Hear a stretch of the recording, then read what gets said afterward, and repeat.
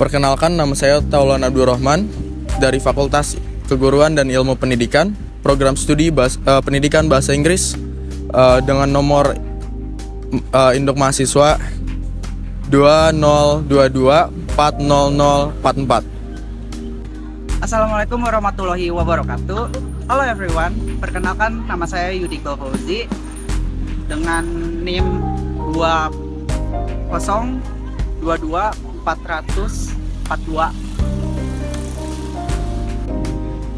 Di sini kita akan menginterview salah satu konten kreator yang juga mahasiswa dari Universitas Balai Bandung.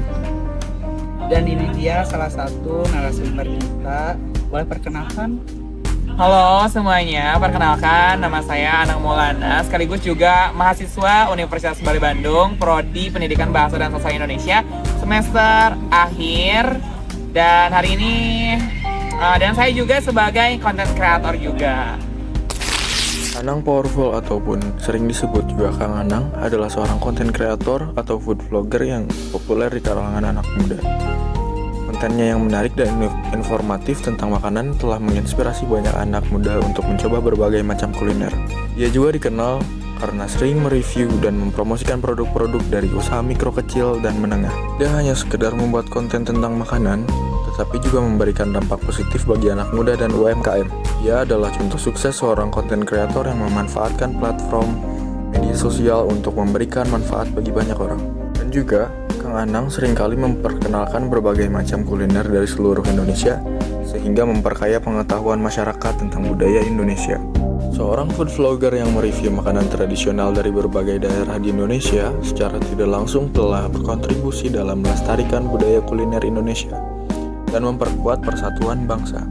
Oke, Kang Anang. Jadi di sini saya akan menanyakan beberapa hal dari seorang Anang Powerful ya, content creator gitu.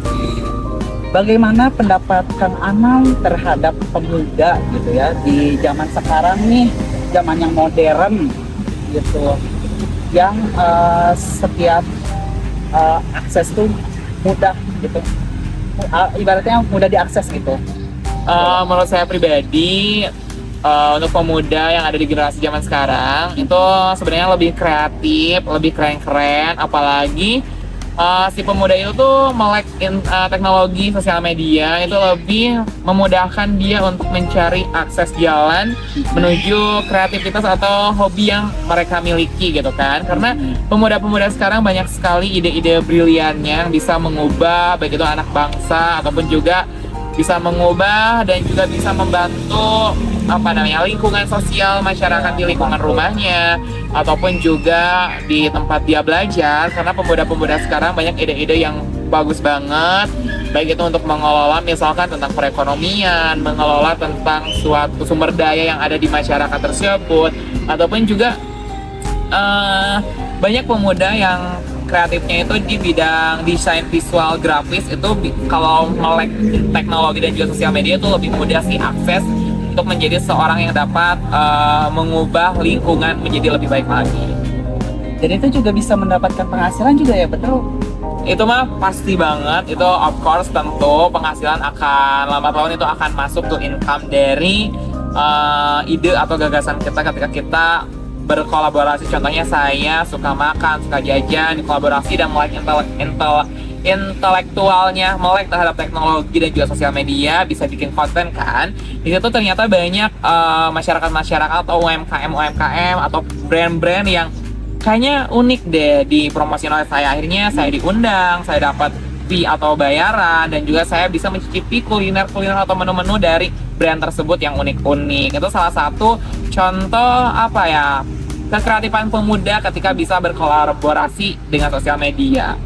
Wah, teman-teman, keren banget nggak sih? Nah, untuk pertanyaan yang selanjutnya nih, aku ada pertanyaan juga. Hal apa aja sih yang bisa Kang Anang menjadi pelopor pemuda dalam kegiatan positif gitu ya, yang bisa berdampak pada masyarakat sekitar gitu? Oke, untuk kegiatan-kegiatan atau hal-hal positif yang bisa berdampak terhadap kegiatan di Iya, masyarakat, karena saya di sosial media dan juga saya sering ngepromosin brand, paling saya sebagai pemuda kadang-kadang mempromosikan UMKM yang masih baru atau UMKM yang kurang melek terhadap teknologi dan juga sosial media. Kemudian juga saya sering membantu program-program, misalkan ada event-event kuliner tuh, jadi saya mereview, kemudian saya kenalin ke orang banyak, saya bikinkan konten videonya. Itu salah satu bentuk pemuda terhadap dedikasinya kepada masyarakat sekitar gitu dalam mempromosikan suatu UMKM. Karena ketika UMKM tersebut stuck dan tidak tahu cara pengolahan promosi di era digital zaman sekarang, nah sebagai content creator itu adalah salah satu jalur yang bisa digunakan, karena dengan di-share di sosial media, dengan adanya FYP atau viral, itu yang tadinya UMKM biasa, yang UMKM-nya sepi, yang produknya tidak ramai atau tidak terlihat karena misalkan adanya di dalam gang, itu lebih terekspos, akhirnya jadi rame, akhirnya dikenal banyak orang, akhirnya jadi viral begitu. Wah, menarik banget ya guys gitu, jadi content creator tersebut gitu. Nah, untuk pertanyaan selanjutnya nanti kita move ke rekan saya gitu yang akan melanjutkan ke pertanyaan berikut. Oke, di sini saya akan melanjutkan ke pertanyaan selanjutnya. Apakah menjadi konten kreator bisa berpengaruh pada pemuda di zaman sekarang untuk bisa menerapkan nilai-nilai Pancasila di dalam kehidupan kita? Menurut saya pribadi, dampak ada pengaruh konten kreator terhadap nilai-nilai Pancasila di zaman sekarang itu bisa saja terjadi, dan itu bisa berhubungan satunya ke saling berhubungan dan juga kolaborasi ya.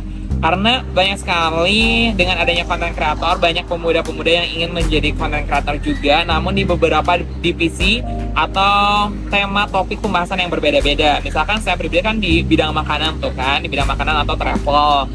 Nah, ada juga bisa yang melihatkan nilai-nilai Pancasila, misalkan tentang membahas museum-museum. Itu merupakan salah satu bentuk Pancasila di sisi budaya.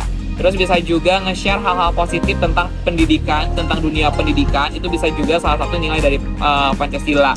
Atau juga bisa men-share hal-hal religius, misalkan dengan quotes-quotes dari kitab-kitab yang ada. Misalkan contohnya saya dari agama yang Muslim, itu dalam Al-Quran itu bisa dibikin kayak quotes itu juga bisa salah satu dampak atau kolaborasi bersama nilai-nilai Pancasila pada ketuhanan yang Maha Esa itu kan. Dan kemudian juga dampak yang lainnya, misalkan kita di konten kreator ingin membantu sesama, dampak bencana gitu kan, ingin membantu masyarakat yang terkena musibah-musibah bencana yang ada di alam di Indonesia. Itu juga salah satu bisa menjadi nilai Pancasila dengan gotong royong, kemudian juga saling bahu-membahu membantu masyarakat yang kesusahan. Itu juga salah satu bentuk dampak dari seorang content creator ketika ingin mempengaruhi para pemuda. Karena di zaman sekarang juga udah tervalidasi banyak content creator yang ada di bidang pendidikan, kemudian juga ada di bidang sosial, di bidang agama, bahkan juga di bidang kuliner dan juga di bidang-bidang lainnya, sehingga bisa para pemuda untuk makin kreativitas lagi juga, kemudian juga secara tidak langsung bisa menginfluence nilai-nilai Pancasila melalui konten-konten yang dibuat oleh para content creator. Wah, ternyata banyak sekali ya nilai-nilai positif yang dari konten-konten Kang Anang ini.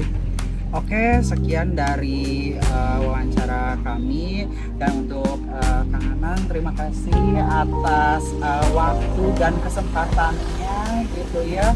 Dan buat Kang Anang juga semangat untuk menyusun skripsinya. Terima kasih. Dan semoga dipermudah ya dalam mengerjakan skripsinya, dan diperlancar juga segala semua urusannya. Dan sekian dari kelompok saya Yudik Bang Fauzi, berikut rekan saya Taulan Abdurrahman, pamit undur diri.